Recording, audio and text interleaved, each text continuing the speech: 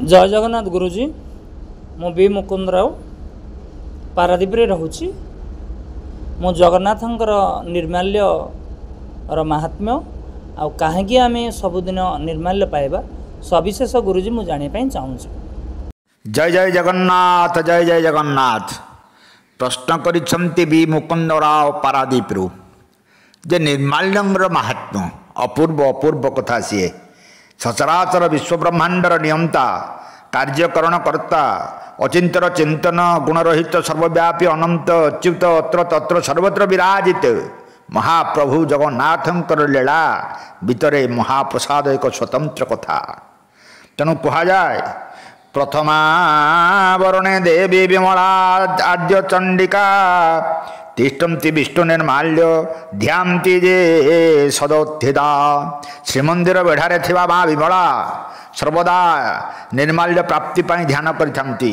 आमे जानिचे जे जेतेबेले जजाति केसरी समय रे अन्न प्रसाद प्रवर्तन होइतला एथर कहा जाए जे 1230 मसीहा समय रे यह लगी बोली अनुमान से जहा हो ये जो अन्न प्रसाद जेतेबेले हुए जेते महाप्रसाद संस्कार होइकी महाप्रसाद पाई अन्न आसे एवं रोष पाई जेतेबेले चाउल आसे तंडुल आसे ताहा होची अमुनिया पाकशाला जेतेबेले सेई स्वतंत्र चुली रही से छड़ झिंका चुली रे जेतेबेले महाप्रसाद कुड़ुआरे रंधा हुए ताहा हो जाए अन्न एवं भैरवी चक्र सम्मुख में जेतेबेले बुहा होइकी आसे ताहा होची छेक भैरवी चक्र उपर जेतेबेले संस्थापित हुए मुरुज पड़ जाए ताहा होची भोग जीव को जेतेबेले नैवेद्य हो जाए निवेदित हेले नैवेद्य हो जाए बलि उच्छिष्ट हेले ताहा हुए प्रसाद एवं जेतेबेले विमला माँ को समर्पण होइजिवे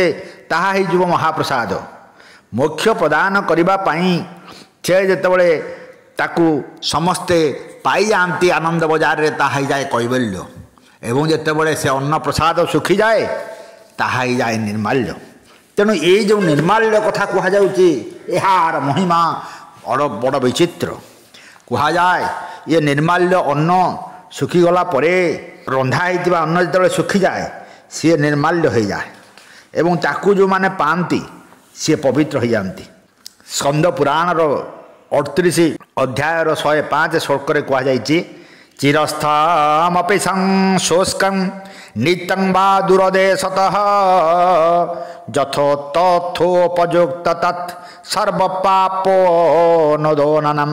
अर्थात महाप्रसाद दीर्घ दिन धरी पड़ रही अत्यंत शुष्क व दूरदेश आसीथिले हैं यार सेवन रे समस्त पाप नाश हो जाए सर्वरोग प्रशमनम पुत्र पौत्र प्रवर्धनं दारिद्र्य हरणं श्रेष्ठ विद्यायो श्रीपदा शुभम।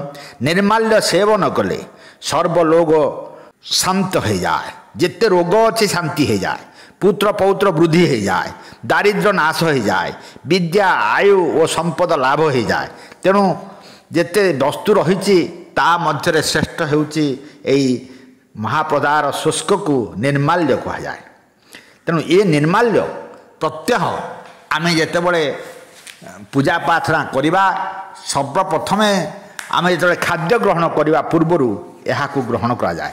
एपरिक यार महिमा अत्यंत विचित्र बोली वर्णना कर कौन ना कुकुरस्य मुखात भ्रष्टं तदन्न पतितं जदे ब्राह्मणे नापि भोक्तव्यम मितरे तो का कथा। अर्थात यह जदि कुकुर मुखर पड़ जाए अन्य मान कथा कौन कहवा ब्राह्मण गण मध्य ताहा सेवन करें। एथुर प्रतिपादित हुए जे निर्माल्य सर्वश्रेष्ठ। निर्माल्य तुलसी पत्रं जावत् भक्षयते हरे तावत् जन्म सहस्रांशो विष्णुलोके महीयते। श्री हरिंकर निर्माल्य तुलसी पत्र को जे जेते संख्यारे भक्षण करे से सेते सहस्र जन्म पर्यंत विष्णुलोक रे सम्मान सहित निवास करे। कह जाए श्राद्ध समय आमे महाप्रसाद दौचे जदि श्राद्धरे आपण महाप्रसाद ब्राह्मण को भोजन दियंती बा बंधु मान को बा अतिथि मान को दियंती ताहार मध्य अति पवित्र बोली कह जाए। पवित्रं भूमि सर्वत्र यथा गंगा जलोद्विज तथा पवित्रं सर्वत्र तदन्नं पापनाशनम। पद्म पुराण रे कहगला जगत रे जेमती गंगा जल होची पवित्र सेही भली सेही अन्न महाप्रसाद मध्य पवित्र बोली जानिबे। तेणु ये जो अन्न रंधा गला महाप्रसाद है ताहा तो सबु बळे रही पारिबे नाही, ताकू सहितपई कि सुखै दिया जाए एवं सुखै कि ताहाको निर्माल्य कहा जाए।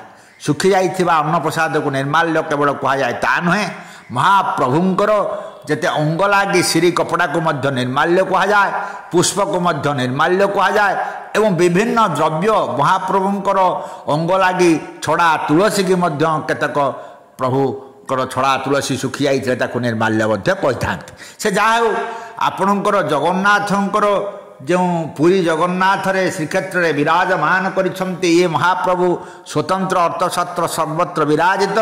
ये निर्माल्य आमे जेतेबेले ताको पाउचे सेतेबेले निर्माल्य प्रसाद पाइला परे हाथ धोइबार आवश्यकता नाही, आमे मुंडरे हाथ मारि देई परिबा।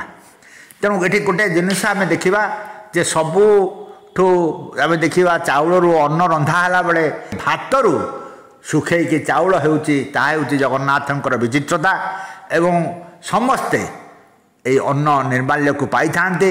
निर्माल्य खଳାରେ ताहा सुखिकला परे ताकू विभिन्न प्रकार बाइगणिया बा नालिया पतला कपड़ारे पैकेट लंबा लंबा पैकेट करिकी मंदिर रे बिका जाए एवं ताहाकू निर्माल्य बोली कहती। आउ केतक मध्य महाप्रसाद को सुखैकिरी ताकू निर्माल्य मध्य करथांती। से जाऊ याकू आमे जदि भक्षण करिबा ताल निश्चित भाव रे आमको से सर्व पाप हरण करिवे। मुक्तिदाता आयु श्री धन जश पुत्र पौत्र सबु किछि आमर मिलिबो बोली मध्य पुराण रे वर्णित अछि।